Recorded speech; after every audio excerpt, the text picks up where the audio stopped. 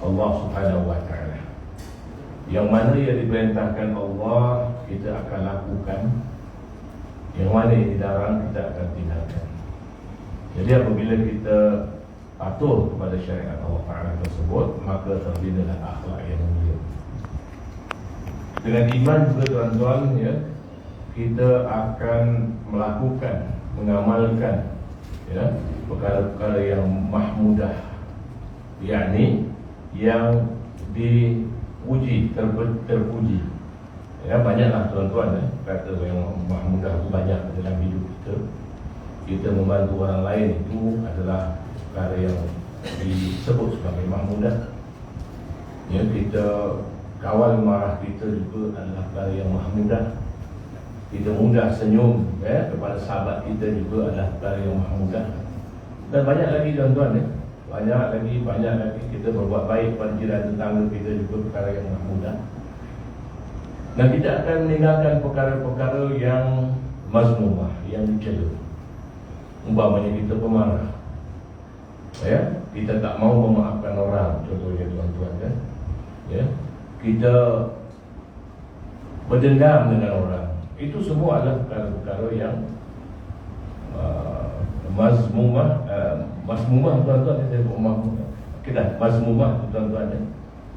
Jadi tuan-tuan, ya, so itu iman yang kita miliki itu, ya, dia akan mendorong kita melakukan perkara-perkara tersebut.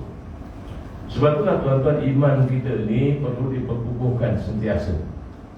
Sebab satu daripada asbab dia, tuan-tuan, kerana iman kita ini kadang-kadang dia naik, kadang-kadang dia turun. Seperti mana yang disebutkan oleh Rasulullah sallallahu alaihi wasallam, al-imanu yazid wa yanqus. Iman itu dia naik dan dia turun. Tuan-tuan, ya.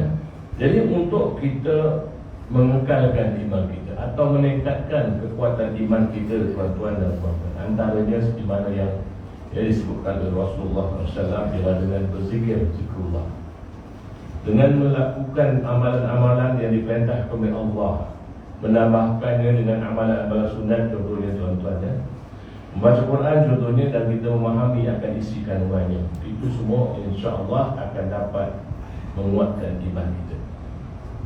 Yang satu daripadanya saya akan sering sebutkan kepada tuan-tuan adalah dengan melihat bukti-bukti, ya, akan kebenaran Al-Quran. Tuan-tuan, ya, Nabi SAW pernah bersabda, kata Nabi SAW, aku telah digunakan dengan satu mukjizat yang agung yang kekal hingga hari kiamat. Ia adalah satu kitab yang apabila dibaca oleh manusia, bahkan kalau ia musyrik sekalipun, ia akan mengatakan bahawa Quran bukannya daripada manusia atau makhluk-makhluk yang lain, tuan-tuan, ya. Dan dalam satu hadis yang agak panjang, tuan-tuan, ya, saya cuba paparkan di sini, tuan-tuan, ya. Ini hadis, ya, dia yang bersifat hasan, sahih, ya, tuan-tuan. Hadis ini diriwayatkan oleh Sayyidina Ali radhiyallahu anhu. Ya, kita tengok, dan saya dah banyak kali baca hadis ini kepada tuan-tuan dan puan-puan, ya. Satu hari Nabi SAW berkata, bersabda, "Satakuna fitnah," kata Nabi, akan berlaku fitnah. Jadi Sayyidina Ali radhiyallahu anhu terdengar apa yang Nabi sebut itu. Lalu Sayyidina Ali tanya kepada Nabi SAW, mal makhraj minha. Makhraj minha maknanya apakah jalan keluar daripadanya. Ini hadis dia, tuan-tuan, ya. Panjanglah, saya tak perlu bacakan, tuan-tuan, ya. Semuanya ini tak keluar. Ya, ini hadis dia, tuan-tuan, ya. Daripada Sayyidina Ali radhiyallahu anhu. Ya. Jadi yang saya nak tunjukkan pada tuan-tuan, ya, semuanya memang penting, tuan-tuan, ya. Nabi mengatakan bahawa jalan keluar masalah yang kita hadapi, fitnah itu ialah ujian, tuan-tuan, ya. Dalam bahasa Arab, fitnah itu bermakna ujian kepada kita, tuan-tuan. Imtihan. Bukan semata-mata kita menuduh orang benda yang tidak dilakukan olehnya. Itu dalam bahasa Melayu lah, tuan-tuan. Kalau kita tengok, tuan-tuan, ya, Nabi SAW berpesan, ya, ini hadis dia, Kata Sayyidina Ali, Nabi SAW berkata, ala innaha satakuna fitnah. Faqultu wal makhraj minha ya Rasulullah, qala kitabullahi fihi naba'u man qablakum wa khabaru ma ba'dukum wa hukmu ma bainakum wa huwa fasl laisa bil hazl ila akhir. Dan tengok yang berwarna merah, wala tanqudi ada ibu. Quran tak akan habis-habis keajaibannya. Dan malam ni tuan-tuan, saya nak bawa perhatian tuan-tuan kepada keajaiban Quran. Seterusnya tuan-tuan, kalau dahulu saya telah terangkan kepada tuan-tuan beberapa keajaiban surah-surah. Umpamanya saya telah terangkan kepada tuan-tuan yang terakhir sekali surah berkaitan dengan umur ketika Nabi diwafatkan oleh Allah Ta'ala. Tuan-tuan, surah-surah Makkiyah. Ada 3 surah Makkiyah, di mana dalam surah tersebut ada satu ayat di mana Allah Ta'ala menyebut kami wafatkan kamu. Ya, surahnya tuan-tuan masih ingat lagi ya. Jadi campuran nombor 3 surah itu jumlahnya 63. Dan Nabi wafat ketika umurnya 63 tahun tuan-tuan. Ini recapping balik kita ingatkan balik tuan-tuan. Tak perlu saya ulang lagi. Tapi kalau ada orang nak saya kuliahkan tajuk itu semula, nanti kita akan buat. Saya juga telah terangkan kepada tuan-tuan keajaiban surah Al-Kawthar. Saya juga telah terangkan kepada tuan-tuan keajaiban surah Al-Ikhlas, juga surah As-Sajdah dan sebagainya tuan-tuan. Surah Al-Baqarah ada juga keajaibannya tuan-tuan. Jadi Allah Ta'ala cabar manusia yang ragu-ragu dengan Quran itu tuan-tuan. Ya. Wa in kuntum fi raibin mimma nazzalna 'ala 'abdina fa'tu bi suratin min mislihi wa da'u syuhada'akum min dunillahi in kuntum shadiqin. Kalau kamu ragu-ragu dengan apa yang telah kami turunkan kepada hamba kami, yakni Muhammad, datangkanlah satu surah yang serupa dengannya. Panggillah pembantu-pembantu kamu daripada Allah kalau kamu orang-orang yang benar. Cabaran Allah yang sangat dahsyat tuan-tuan. Ya, jadi setakat memang daripada itu sampai sekarang pun ada orang cuba meniru Quran tuan-tuan, dan mereka semuanya tidak dapat meniru Quran tuan-tuan. Nah, malam ni tuan-tuan, saya nak ajak tuan-tuan melihat surah An-Nahl. An-Nahl, surah lebah tuan-tuan. Jadi tuan-tuan, surah lebah ni tuan-tuan, surah Nahl ni ialah surah nombor 16. Tuan-tuan tengok surah nombor 16. Tuan-tuan baik. Surah nombor 16, perhatikan baik-baik tuan. 16 An-Nahl jumlah ayat 128 tuan-tuan. Dan surah ini merupakan surah Makkiyah, maknanya diturunkan di Mekah. Bila disebut sahaja surah Makkiyah tuan-tuan, tema dia ialah akidah, iman. So Nabi SAW berada di Mekah selama 13 tahun. Selama 13 tahun tu tuan-tuan, merupakan surah yang diturunkan itu fokus di tema dia akidah. Tidak ada perkara-perkara berkaitan dengan hukum hakam tuan-tuan jadi penting tuan-tuan dalam uslub dakwah, dalam kaedah dakwah tuan-tuan. Kita tak boleh mengatakan ini zaman Mekah ke zaman Madinah, zaman pelaksanaan hukum ataupun zaman menanamkan akidah. Tuan-tuan, kita semua ni tuan-tuan, kita menerima Islam melalui keluarga kita. Kita tak pernah tengok bahkan bukti kebenaran agama yang kita anuti. Ini yang kita sebut sebagai iman taklid. Bukanlah saya kata tak baik tuan-tuan, tetapi iman taklid dia tak kuat. Dia mudah saja goncang kalau ada ujian-ujian. Tuan-tuan, jadi kita nak tukarkan iman taklid ni kepada iman bil dalil. Iman dengan bukti supaya dia kuat tuan-tuan. Baik. Jadi surah-surah Makkiyah ni tuan-tuan, memang surah-surah yang temanya ialah akidah. Dan surah-surah Madaniyah tuan-tuan juga akidah, sebab keseluruhan Quran itu berkaitan akidah tuan-tuan, dan juga syariat. Waktu contohnya tuan-tuan, syariat itu dimulakan dengan ayat yang berbunyi ya ayyuhallazina amanu, wahai orang-orang yang beriman. Ya ayyuhallazina amanu. Jadi kalau orang itu tidak beriman, tuan-tuan, tidak mungkin mereka akan mampu melaksanakan apa yang Allah Taala perintahkan. Ya ayyuhallazina amanu taqullaha haqqa tuqatih wa la tamutunna illa wa antum muslimun. Tuan-tuan, wa'tasimu bihablillahi jami'an. Perintah pada orang-orang yang beriman, tuan-tuan. Baik. Jadi tuan-tuan, surah ini surah nombor 16, ya, dan jumlah ayatnya 128. Apa menariknya, tuan-tuan? Apa menarik dengan surah ini, tuan-tuan? Saya cuma tengok dari sudut mukjizat zahiri, tuan-tuan, ya. Baik. Jadi surah ini nomornya surah nombor 16, bilangan ayatnya 128. Nah, tuan-tuan, kalau baca Quran, tuan-tuan tahu kan apa yang disebut sebagai ain. Ya, jika baca Quran, kita tengok dekat birai tepi itu, tuan-tuan, kadang-kadang ada ditulis ain. Apa makna ain, tuan-tuan? Ain ini, ya tuan-tuan, dikira berapa ayat, itu ialah tema bahagian itu. Tema yang cerita dengan tuan-tuan, satu ain satu cerita, satu ain satu tema. Jadi lepas satu ain dia akan berganjak kepada tema lain, tuan-tuan.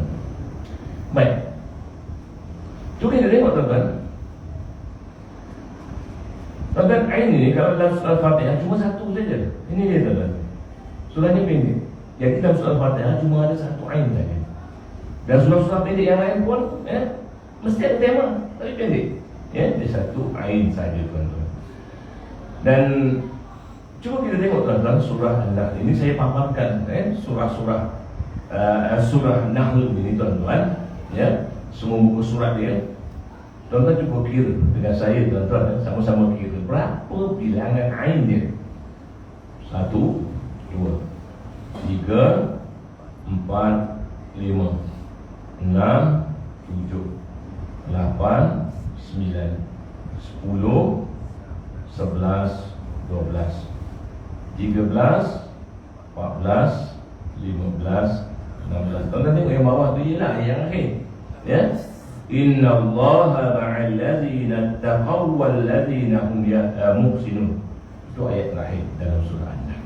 Jadi maknanya, tuan-tuan, surah An-Nahl, Nahl ni ada 16 ain. Apakah ia kebetulan? Ya.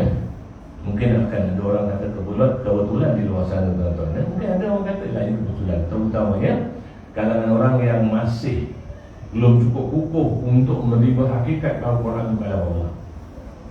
Nah, kalau ada kebetulan, tuan-tuan, mari kita tengok. Saya cerita pula tentang kromosom. Kenapa Dr. Arif cerita tentang kromosom, tuan-tuan? Kalau kita tengok ayat Quran, ayat nombor 53 surah Fussilat, Allah Ta'ala berfirman, sanurihim ayatina fil afaqi wa fi anfusihim hatta yatabayyana lahum annahul haqq. Ila akhir ayat, tuan-tuan tengok sanurihim. Saya nak sebutkan pada tuan-tuan. Ayat ini dibaca oleh Jibril alaihissalam, dibaca oleh Nabi Muhammad sallallahu alaihi wasallam, dibaca oleh sahabat baginda, dibaca oleh tabi'in, dibaca oleh tabi'in, kemudian dibaca oleh semua orang sampai zaman kita sampai hari kiamat. Dan Allah Ta'ala janji akan menunjukkan bukti-bukti akan kebenaran Al-Quran. Sanurihim ayatina, kami akan tunjukkan tanda-tanda kami, ayat-ayat kami, bukti-bukti ayat kami fil afaq wa fi anfusihim, di kejauhan-kejauhan dalam diri mereka sendiri, hatta yatabayyana lahum, ini jelas pada fi annahul haq, bahawa ia adalah benar. Dan bukti kebenaran Quran ini, tuan-tuan, ya, berdasarkan pada ayat yang disebutkan tadi, sanurihi, kata sin itu menunjukkan sa. Ya, sa ni, tuan-tuan, dia ada, ya, kadang-kadang masuk saufa. Saufa ashabu ila suq, aku nak pergi pasar, ataupun sa azhabu ila suq, aku nak pergi pasar. Jadi saufa dan sa itu membawa maksud dia akan. Jadi, tuan-tuan, oleh sebab ayat ini sedianya dibaca, bagaimana, tuan-tuan, ya, mukjizat Quran ini akan didedahkan kepada manusia ya, sampailah akhir zaman dia akan bukan benda-benda baru. Ya? Jadi bergantung kepada kekuatan minda manusia, kepada akal manusia. Jadi sekarang zaman sains dan teknologi, tuan-tuan. Jadi kita cuba tengok sains dan Quran daripada sudut sains. Ayat-ayat yang berkaitan dengan ayat dan kauniyah, ayat berkaitan dengan alam ni kita cuba lihat daripada sudut sains, pengetahuan sains sekarang ni. Jadi apa itu kromosoma, tuan-tuan? Ya, kalau dalam bahasa Melayu disebut kromosoma sebab memang kita kekurangan istilah, ya, dalam bahasa Melayu, ya, dalam bidang sains. Ya.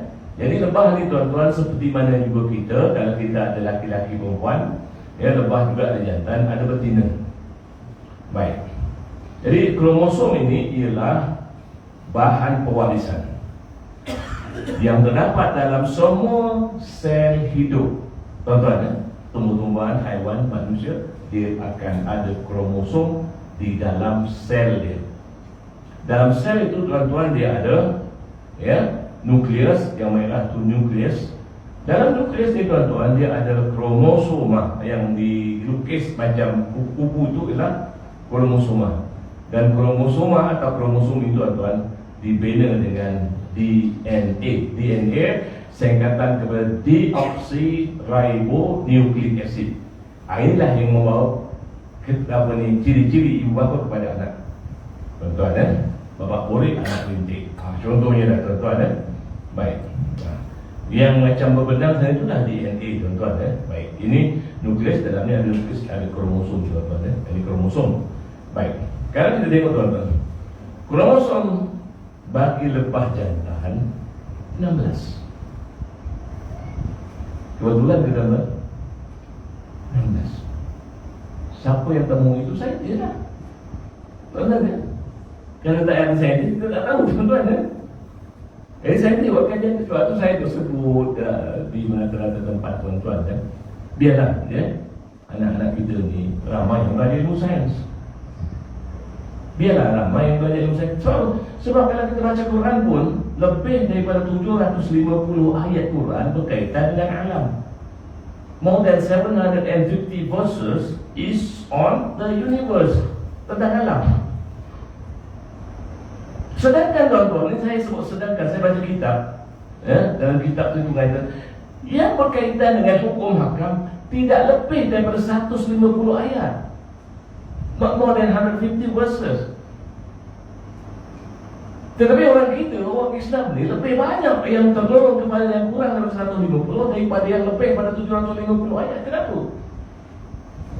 Lebih-lebih lagi, tuan-tuan, apabila Allah Ta'ala menyuruh manusia untuk beriman, Allah Ta'ala memang suruh manusia tengok alam.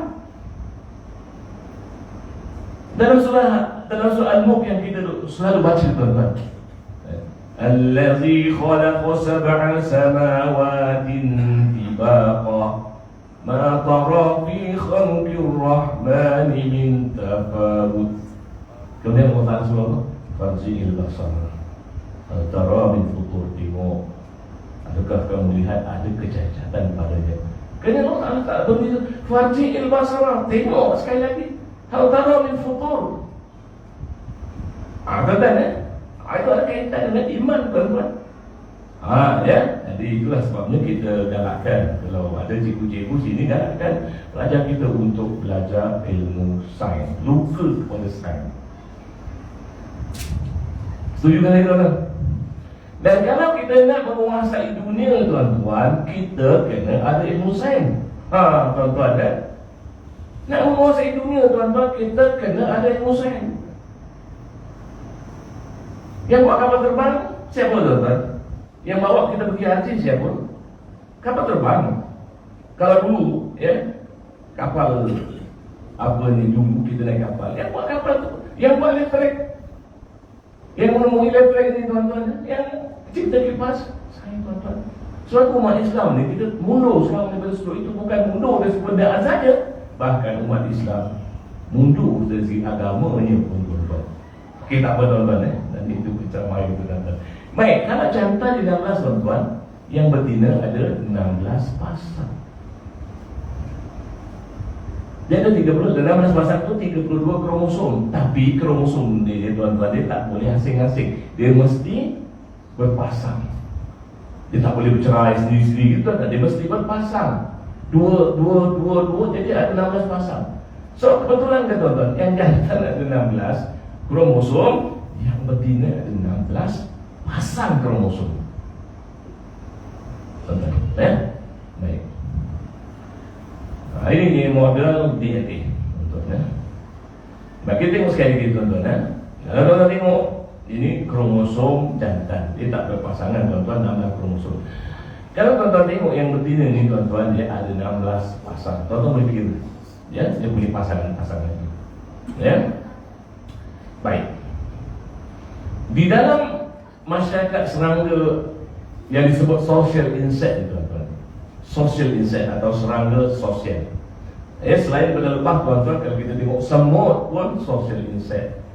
Ya, apa ni, anak-anak pun social insect, tuan-tuan. Ya, lebah pun dah lagi social insect, serangga bersosial. Maknanya, tuan-tuan, dalam komuniti dia, dalam komuniti social insect ni, dia ada kasta dia. Dia ada pembahagian tugas dan pembahagian kerja. Macam ya, kalau kita tengok sistem kasta di India ada 4, kan?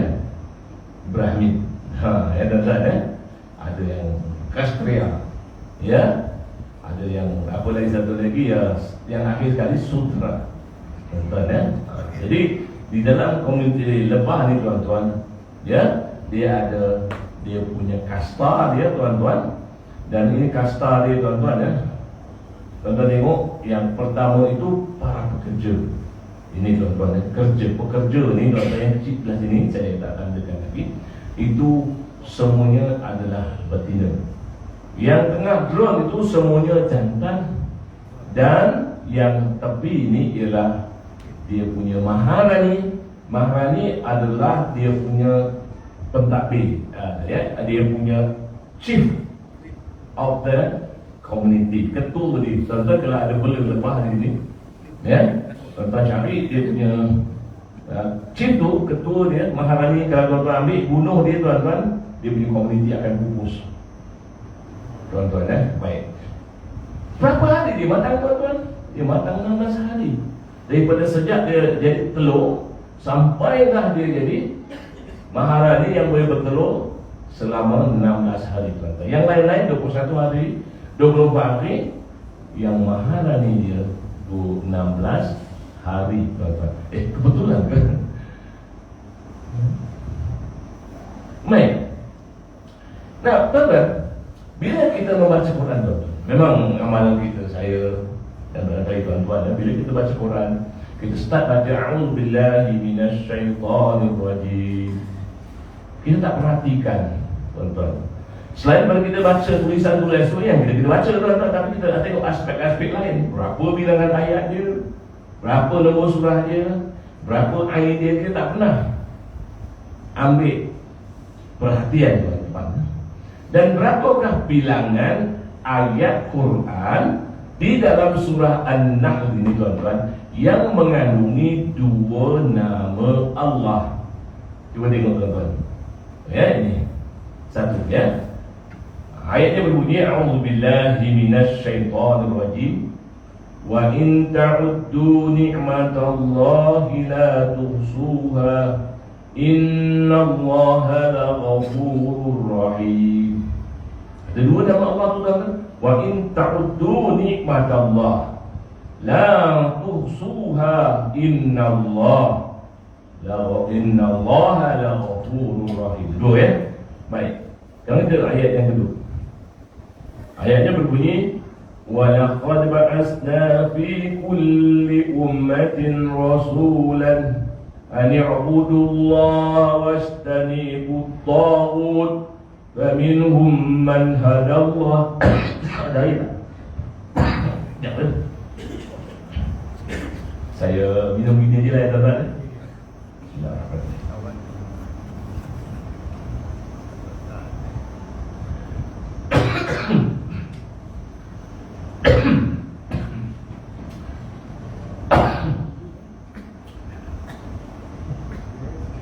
Kalau sejuk saya batuk. kipas tutupkan kipas ni kepala ini. Wa minhum apa ni? Wa minhum man hada Allah duna Allah wa minhum man haqqat 'alaihi dhalalah fasiru fil ardi fanzuru kaifa kana 'aqibatul mukadzibin. Dua nama Allah tuan-tuan. Dan sebenarnya ni tuan-tuan tengok, ni dua nama Allah, ayat 3, ayat 4, ayat 5, ayat ke-6, ayat ke-7, ayat ke-8, ayat ke-9, ayat 10, ayat 11, ayat 12, ayat 13, ayat 14, ayat 15, ayat 16.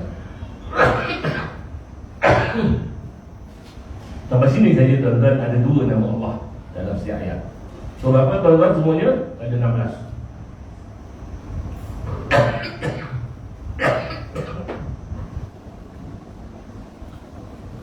Batuk pula lah, sejuk.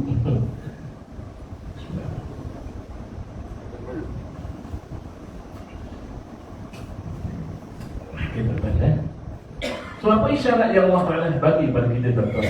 Ya, tengok lagi tuan-tuan. Nah, bilangan huruf Arab ialah 28. Huruf-huruf yang digunakan dalam ayat nombor 16 ini ialah tuan-tuan tengok ayat ni ayat paling pendek dalam surah ini. Tengok tuan-tuan, ayat nombor apa? Ayat nombor 16. Surah nombor 16 ya. Ayat nombor 16. Tuan-tuan tengok, wa'alamati wa bin najmi hum yahtadun. Sadaqallahul azim. Dan ia mengadakan tanda-tanda panduan jalan, dan dengan bintang-bintang mereka dapat mengetahui arah yang hendak dituju. Subhanallah. Nanti saya tunjukkan sesuatu yang unik tuan-tuan ya. Nah, jumlah huruf dalam ayat tersebut tuan-tuan ya, jumlah hurufnya ada berapa tuan-tuan? Tapi tak apa, saya nak tanya pada tuan-tuan, daripada 28 huruf Arab, berapa yang digunakan dalam ayat nombor 16 ini tuan-tuan ya? Kita tengok ya, yang berwarna kuning itu ialah huruf-huruf yang digunakan di dalam ayat nombor 16 surah 6, yang semuanya berjumlah 12. Nah, 12 ni tuan-tuan, kalau tengok ni, ini ialah huruf Arab ya, ini semua huruf Arab tuan-tuan, sampai ya tu semuanya jumlahnya 28. Dan berapa pula ayat huruf yang tidak digunakan? Yang digunakan 12, yang tidak digunakan jawabnya 28 tolak 12 sama dengan 16. Tuan-tuan tengok, lebah jantan 16, lebah betina ada 32 kromosom atau 16 pasang, ada 16 kromosom yang tidak digunakan untuk menghasilkan anak betina. Sebab anak jantan. Sebab anak jantan cuma ada 16. Tuan-tuan, anak betina dia ada 32 ataupun 16 pasang. Okey tuan-tuan. Baik. Sekarang kita tengok tuan-tuan ayat nombor 16 sekali lagi ya. Kita tengok tuan-tuan, itu tinggal dulu. Ayat yang terakhir dalam surah ini ialah ayat nombor 128. Sebab jumlah ayatnya 128, jadi yang terakhir ialah ayat 128. Dalam ayat yang terakhir ini tuan-tuan, dia ada 8 perkataan ya, 8 perkataan tuan-tuan ya. 8 perkataan Arab di sini. Ya, saya gunakan ini tuan-tuan ya. Dia ada 8 perkataan, jadi nanti di kat bawah tu tuan-tuan ada 8 perkataan. Dan jumlah huruf dia tuan-tuan ialah 32.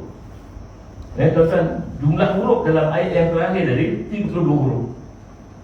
Macam bilangan kromosom dalam lebah betina.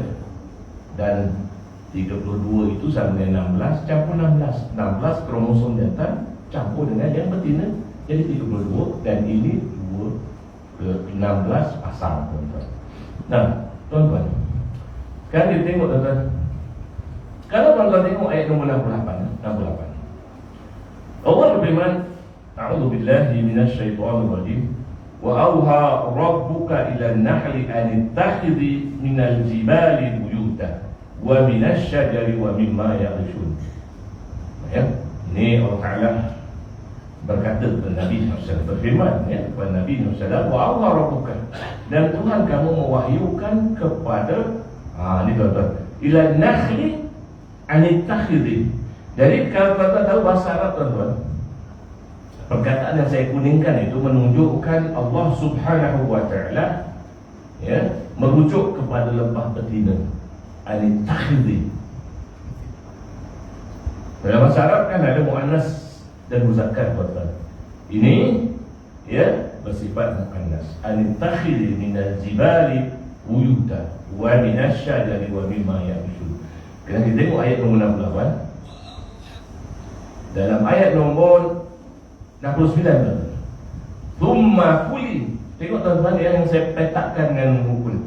Min kulli thamarati fasluki subula rabbiki. Tuan-tuan dengar tak? Kuli. Min kulli thamarati fasluki subula rabbiki. Ini perintah kepada betina. Kalau jantan dia tak sebutnya betul, tuan-tuan. Dan ingat tuan-tuan, struktur bahasa Arab, nama bahasa Arab ni, tuan-tuan, dalam Quran, kalau dia gunakan perkataan muannas ataupun betina, dia cuma untuk betina saja, tuan-tuan. Ya? Kalau dia gunakan muzakkar ni, tuan-tuan, dia boleh guna untuk jantan, untuk betina, dulu belakang. Tapi kalau dia guna betina saja, tuan, macam ni, Thumma kuli min kulli samarati fasluki subula rabbiki. Bermakna Allah Ta'ala hanya bercakap kepada lebah betina. Ya, zululan yahruju min butuniha. Nanti saya tanya, kenapa daripada perintah kepada orang kedua, tiba-tiba Allah Ta'ala menceritakan tentang lebah nombor 3, min butuniha, keluar daripada perutnya. Butuniha maknanya perut lebah betina itu. Kalau kita sebut ismuha Fatimah, betul lah, tuan-tuan, Kalau ismuha Ahmad, tak betul lah, sebab Ahmad ni laki-laki. Ismuhu Ahmad, seperti mana yang disebutkan dalam surah Shaf.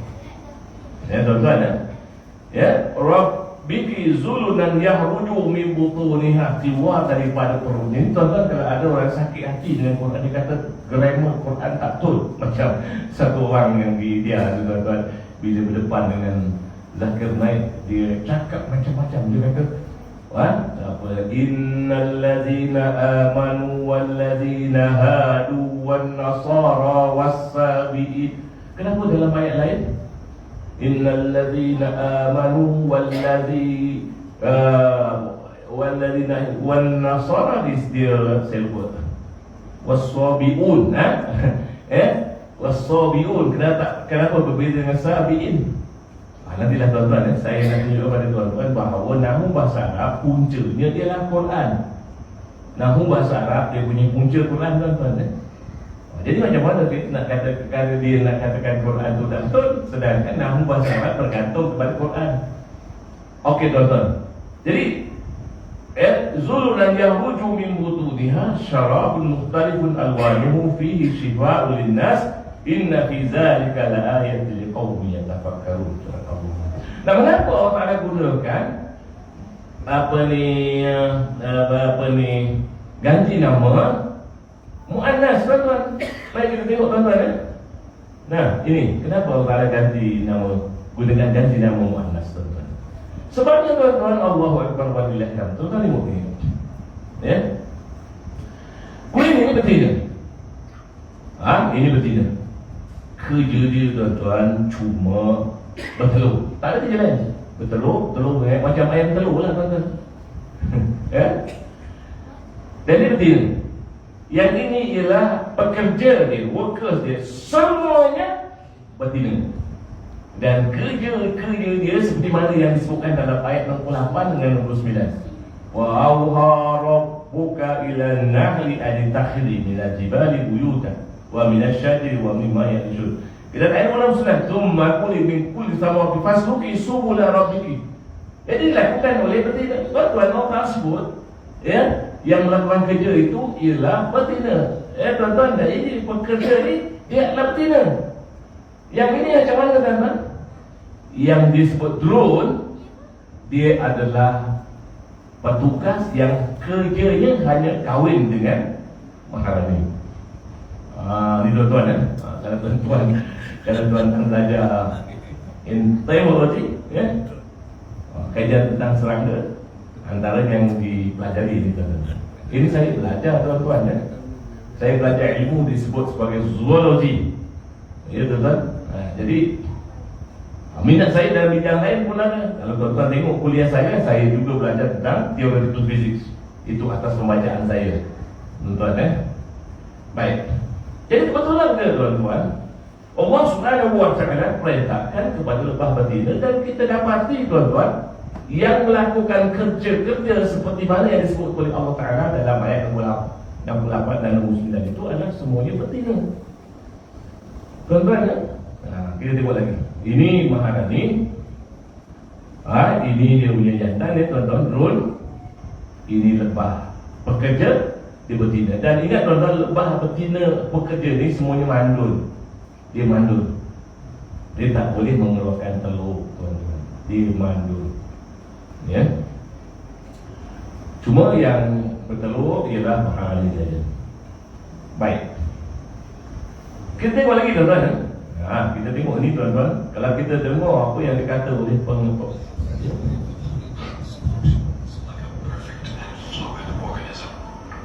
at the center of all activity is the queen, an egg-laying machine.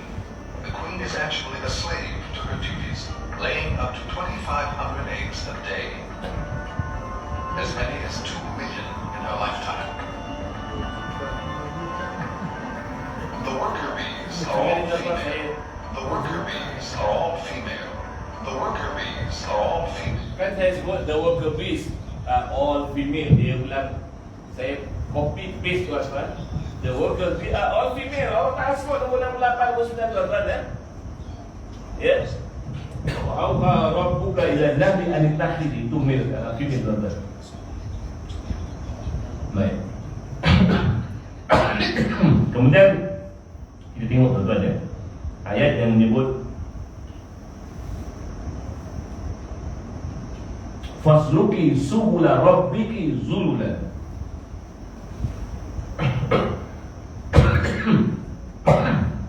Jadi Allah Ta'ala bagi tahu kepada kita tuan-tuan bahawa lebah ni dia ada jalan yang special. Dan tuan-tuan, fasluki subula rabbiki zululan. Ikutilah jalan Tuhan kamu yang dipermudahkan untuk kamu. Jalan ni mudah untuk lebah ikut. Very easy. Nanti saya tunjukkan kepada tuan-tuan. Jalan ni memang lebah mudah ikut tuan-tuan. Subula rabbiki. Ya. Ini tuan-tuan ya. Ini zululan ya. Maknanya mudah ya untuk diikuti tuan-tuan.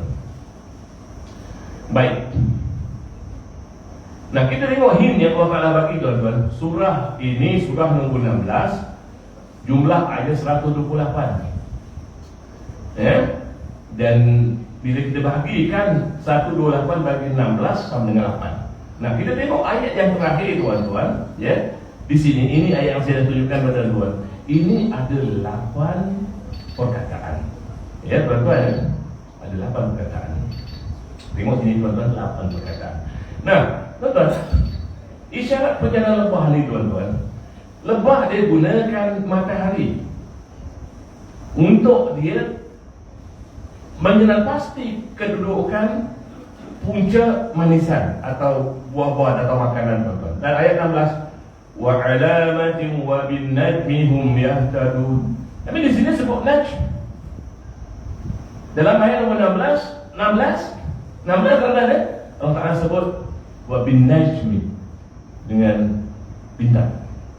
Tuan-tuan, kalau kita belajar sains tuan-tuan, kita tahu bahawa matahari ini adalah bintang. Tuan-tuan, matahari bintang, tuan-tuan ya. Matahari is a star. Ya tuan-tuan, matahari adalah star.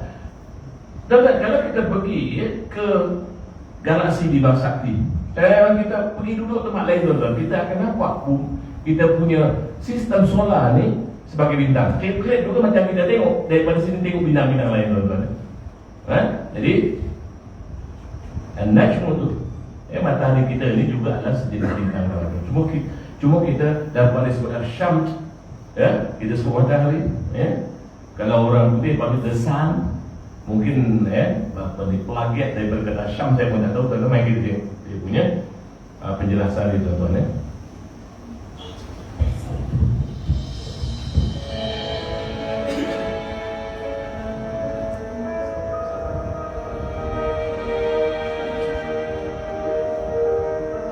Matahari kita adalah salah satu daripada bintang-bintang tu tuan-tuan. So jadi macam mana tuan-tuan, lebah ni dia menggunakan matahari, atau kalau sebelah malam tu bintang lah, kalau siang kita tak nampak bintang tapi kita nampak matahari tuan-tuan. Macam mana agaknya lebah ni tuan-tuan menggunakan matahari untuk menentukan kedudukan bunga. Tuan-tuan, pagi-pagi bila keluar matahari saja, lebah peninjau ni dia akan keluar mencari bunga. Dan dia bergantung pada kedudukan bunga. Bila dah jumpa bunga tuan-tuan, dia akan balik ke sarang dia. Dia akan balik ke sarang tuan-tuan. Di dalam sarang dia akan melakukan tarian yang disebut waggle dance. Saya sebut tarian godik. Godik di tuan-tuan. Jadi tarian itu berbentuk nombor 8. Tengok tuan-tuan. Macam ni. Di mana saja dia akan menari. Dan tarian itu bentuknya nombor 8. Tuan-tuan ni. Macam mana dia gunakan kaedah ni tuan-tuan? Dia kena ke matahari. Kalau matahari tak ada. Dan kalau tuan-tuan, kita punya alam sekitar ni penuh dengan jeru, matahari tu tak nampak madu pun tak ada tuan-tuan. Sebab lebah tak boleh cari bunga. Tuan-tuan akan pernah satu ketika dulu kan, dunia kita ni tuan-tuan penuh dengan jeru. Jadi matahari tak kelihatan. Lebah ni dia tak boleh cari bunga. Jadi bila ada matahari tuan-tuan, dia tengok matahari kat sana, katakanlah dia jumpa bunga kat sana, dia akan menari, depan kepala dia akan hadap ke arah bunga tuan-tuan, dan dia akan tengok berapa dia punya sudut tuan-tuan. Tengok sudut dia akan menari, dan tarian itu berbentuk nombor 8. Tuan-tuan mari tengok.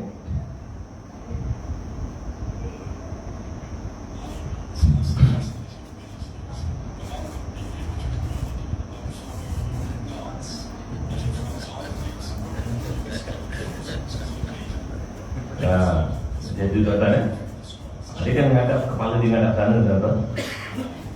Jadi di balik tu tuan-tuan, lebah pekerja yang saya sebut tadi, semuanya betina, dia akan tunggu keliling di sini.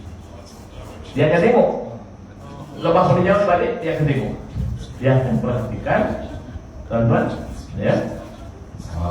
Dia tu tengok bunga di kat sana. Lepas tu tuan-tuan, lebah yang menunggu tu semuanya lebah betina dia akan terbang ke arah bunga. Tapi berapa jauh dia nak pergi?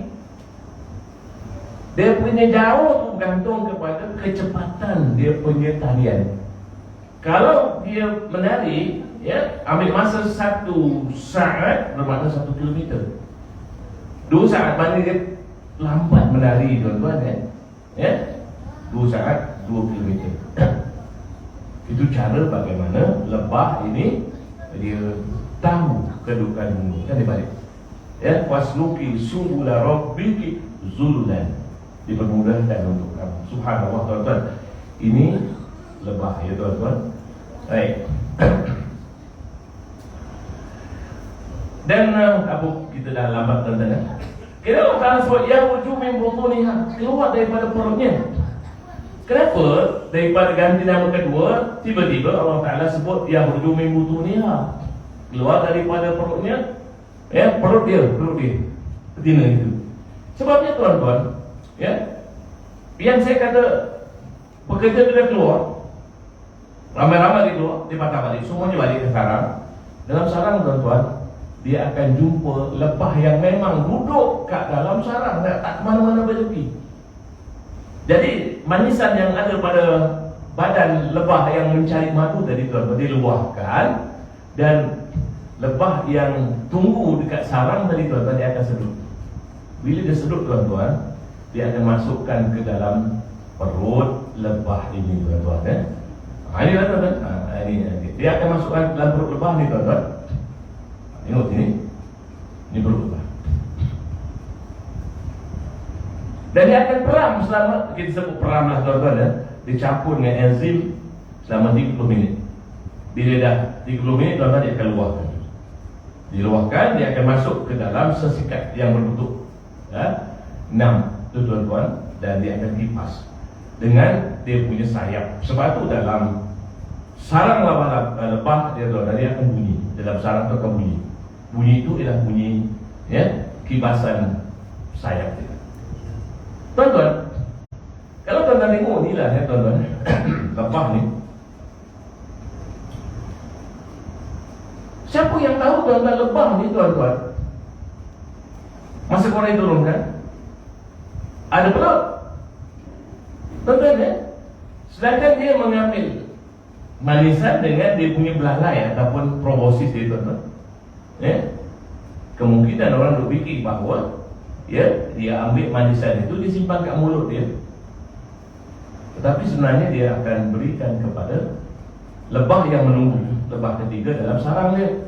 Tuan-tuan ya, kita tengok sini ya. Jadi macam mana Quran tahu bahawa dalam lebah tu ada perut dia? Sedangkan tuan-tuan ya, saya pernah mengajar bagaimana nak membedah lipas. Tuan-tuan, saya minta pelajar-pelajar ini untuk lukis salur penghadaman lipas. Ya, caranya agak rumit tuan-tuan ya. Potong sayap lipas dulu, lepas tu letakkan ya di dalam separuh tenggelam dalam lilin yang sedang membeku. Bila dah beku tuan-tuan, ambil jarum peniti, cucuk kat dia punya kulit yang telah dikuak tadi, baru dikeluarkan. Ya, dikeluarkan dia punya otot-otot, daging-daging dia. Lepas tu ambil kanta pembesaran, tengok sambil lukis tuan-tuan. Cuba bayangkan, ada ke pada zaman Quran diturunkan kanta macam tu tuan-tuan? Adakah kaedah-kaedah yang digunakan seperti mana yang saya ajar pelajar-pelajar? Tak ada. In the record tak ada tuan-tuan. Semuanya tak Quran tahu. Anatomi lebah, Quran kalam Allah tuan-tuan jawapannya. Allah Ta'ala tahu segala-galanya tuan-tuan. Satu lagi tuan-tuan ya, ini kita dah belajar ni. Baik, kita tengok tuan-tuan. Satu lagi sebelum, nah ini tuan-tuan, ini contoh bagaimana dia meluahkan dia punya manisan, lebah yang mencari, kemudian disedut oleh lebah yang menunggu tuan-tuan. Baik, kan kita tengok tuan-tuan, ada satu lagi tuan-tuan yang saya nak tunjukkan kepada tuan-tuan sebelum kita tutup. Baik, kalau tuan-tuan baca surah An-Nahl ni tuan-tuan, sampai ayat nombor berapa ni?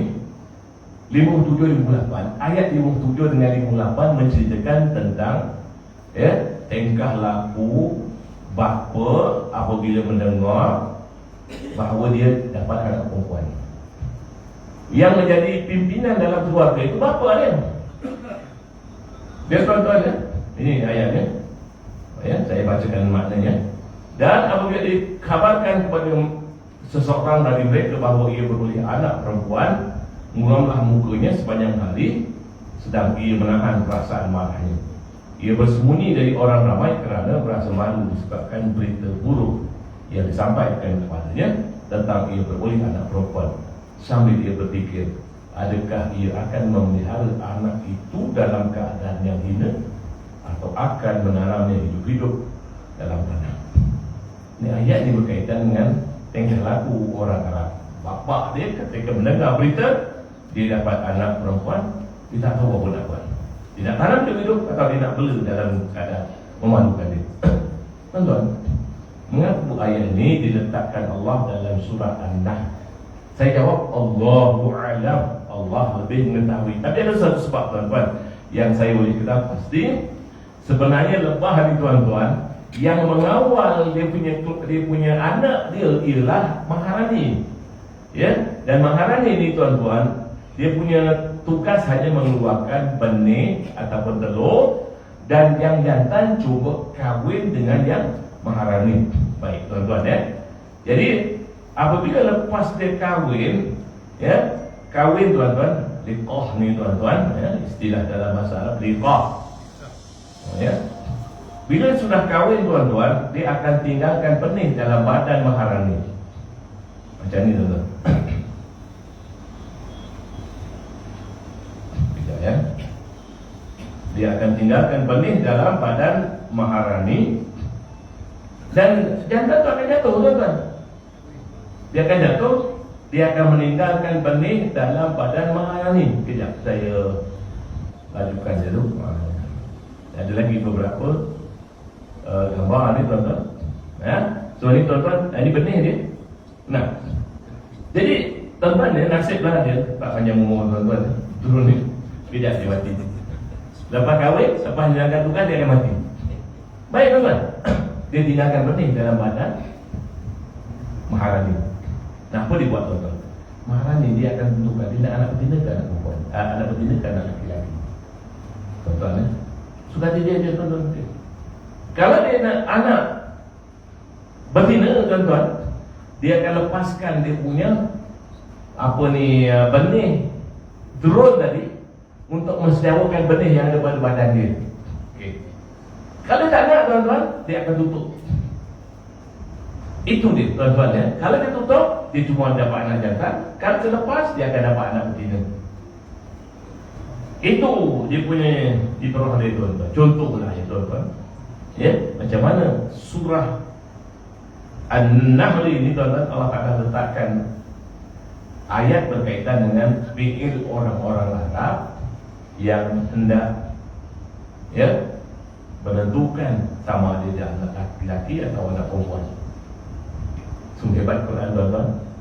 Dan mudah-mudahan apa yang berkongsi dengan tuan-tuan insya-Allah memberi ya lonjakan kepada keyakinan kita insya-Allah. Saya akhiri dengan aqul qouli hadza wa astaghfirullah li wa lakum.